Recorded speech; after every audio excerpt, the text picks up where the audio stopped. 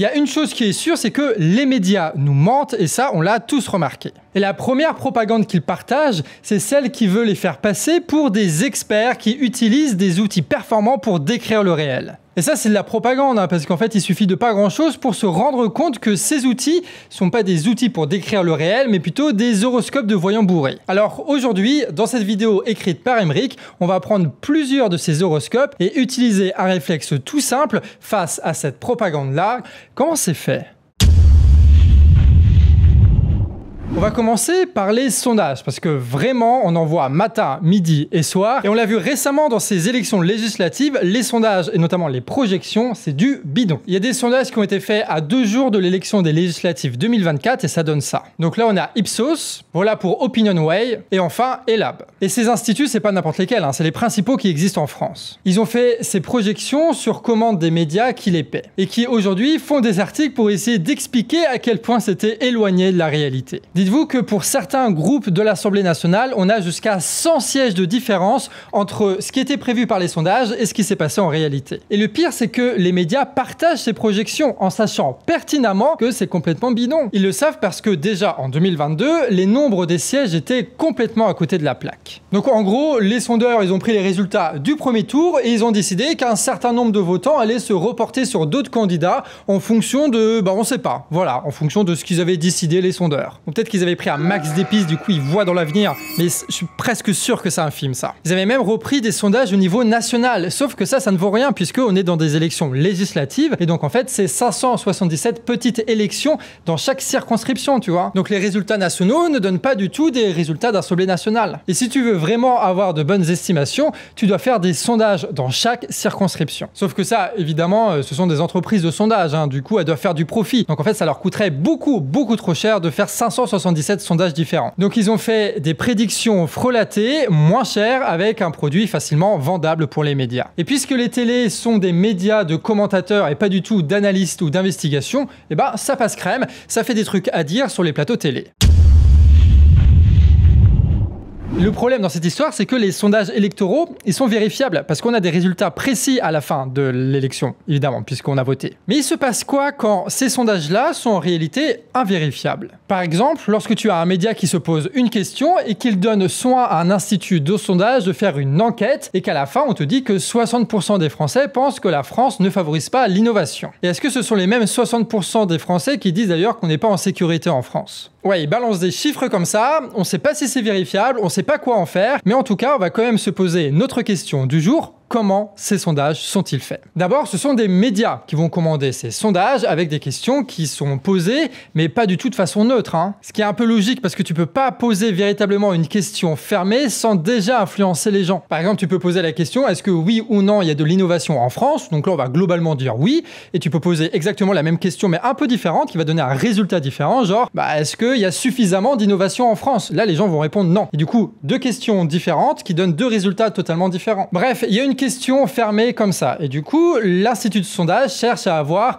3000 personnes à interroger pour que le résultat soit dit représentatif. Sauf que ces personnes, pour les avoir, soit il faut les contacter par téléphone, soit sur Internet. Bon, le gros souci par téléphone, c'est qu'évidemment, les gens refusent de répondre, ils n'ont pas que ça à faire, globalement. Donc, on groupe les questions posées par médias et les gens qui répondent se retrouvent avec 20 minutes d'appel et des centaines de questions quasiment sans rapport les unes aux autres. Donc, on demande aux gens leur opinion et pas leur analyse de réponse au tac sans avoir réfléchi au préalable. Je veux dire, imaginez seulement, c'est n'importe quoi les résultats que ça donne, évidemment. Mais moins que par Internet, où tu as des gens qui sont payés pour répondre à ces questions et qui sont régulièrement les sondés des sondages. Ouais, les Français représentatifs, c'est souvent les mêmes qui sont censés être représentatifs. Et si on a trop d'étudiants et pas assez de retraités, par exemple, parce que du coup, ceux qui cherchent à être payés, c'est avant tout les étudiants avant les retraités, et du coup, ils essayent de redresser l'échantillon en donnant du poids aux retraités et moins aux étudiants. Vous voyez bien déjà là le problème, hein, les questions sont contestables, les chiffres qu'on obtient sont contestables aussi, et après, sur ces chiffres-là, tu as des titres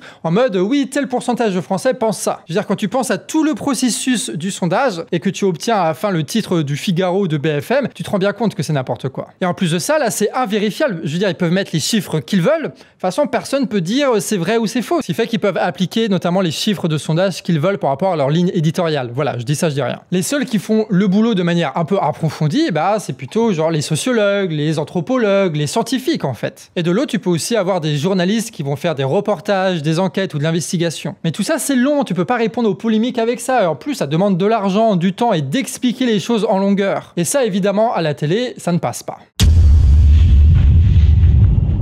Après, tu as d'autres moyens et manipulations qui sont utilisés par les médias pour essayer de nous tordre un petit peu l'esprit, tu vois. Tu as notamment les dernières vidéos de Defecator qui en parlent. Et depuis, il se fait d'ailleurs un plaisir de montrer les perles médiatiques sur Twitter. Par exemple, là, vous voyez non plus les projections, mais la répartition en sièges de notre Assemblée nationale en fonction des groupes parlementaires chez France Info. Vous voyez pas qu'il y a des petits soucis de proportion dans ce graphique? Après, ce ne sont pas les seuls à ne pas savoir faire des hémicycles, tu as aussi le très bon exemple de TF1. Les graphiques, en général, c'est un vrai problème au niveau des médias de l'audiovisuel. En fait, peu de gens comprennent ce que ça veut dire parce que personne n'explique vraiment ce document. Et en même temps, comment des journalistes qui ne comprennent pas eux-mêmes les graphiques pourraient l'expliquer? Regardez par exemple cet extrait qui date de la période du Covid. Tu as David Pujadas qui ne comprend pas comment est fait ce graphique. Et là, vous allez être surprise aussi.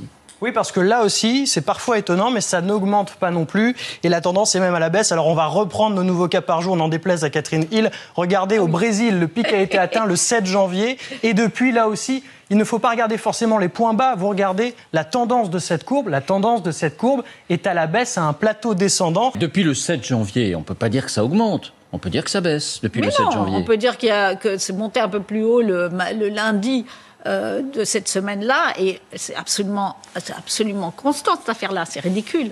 C'est totalement ridicule. Ça, c'est une courbe qui est à la hausse.